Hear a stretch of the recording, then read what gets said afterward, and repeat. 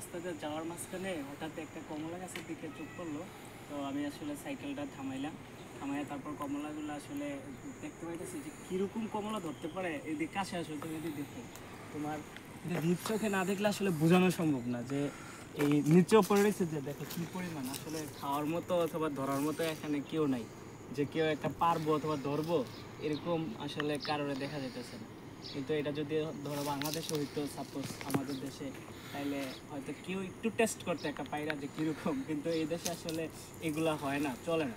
হ্যাঁ, যদি আপনার ইচ্ছা থাকে তাহলে অবশ্যই একটা নিয়ে খাইতে পারেন, বাট এদিক থেকে ধরার মতন কারো সাহস নেই, ঠিক আছে। তবে আমি এর নিচ থেকেই একটা নিয়ে দেখাই যে কী পরিমাণ পাইটা নিচে পড়ে রয়েছে কমলাগুলা।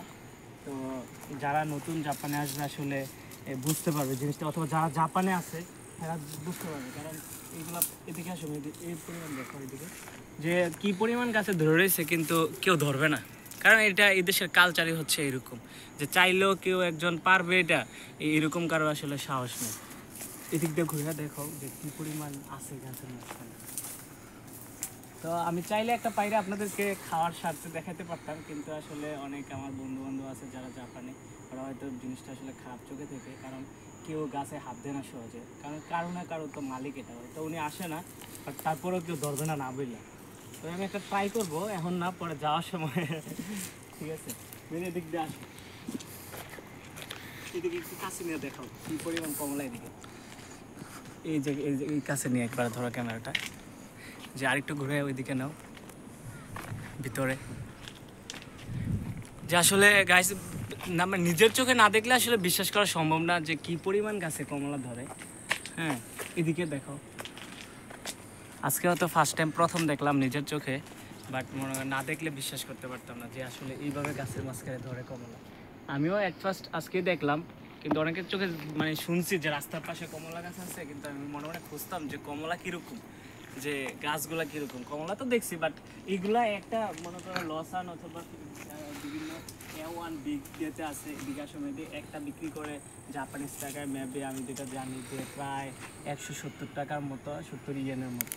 সাপোজ কত টাকা লসে পড়ে রয়েছে, কিন্তু ওর কাছে আসলে এটা যখন দোকানে তোলা যায় তখন এটার ডিমান্ডেবল অনেক বেশি থাকে, বাট এখন নিচে পড়ে রয়েছে তো এটার ডিমান্ডেবল তেমন নাই। এটা ধরো এইদিকে একটা পাইকা পড়ে রয়েছে, আচ্ছা এটা একটু ভাঙিয়ে আমি দেখাই কীরকম, ভালো না এটা খারাপ।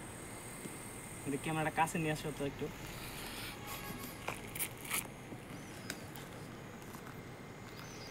ঠিক আছে। মিষ্টি কিনাকে ট্রাই করি,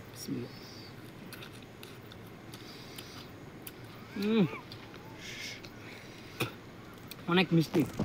এদিকে দেখো, এটাই তো আচ্ছা ক্যাপ ঘুরে ধরো ক্যামেরাটা, সবার আর একটু পাশে একটু ঘুরে দেখো, মিষ্টি আর সামনে গিয়ে কাছে নিয়ে একবার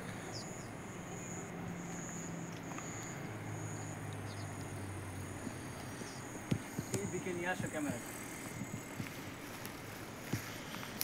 তো যারাই আসলে জাপান নতুন আসতেছেন, গাছে কমলা দেখে কিন্তু হাত দিয়েন না, আবার যে ফ্রি পাইছেন খাই ফেলবেন, বিষয়টা কিন্তু এরকম না।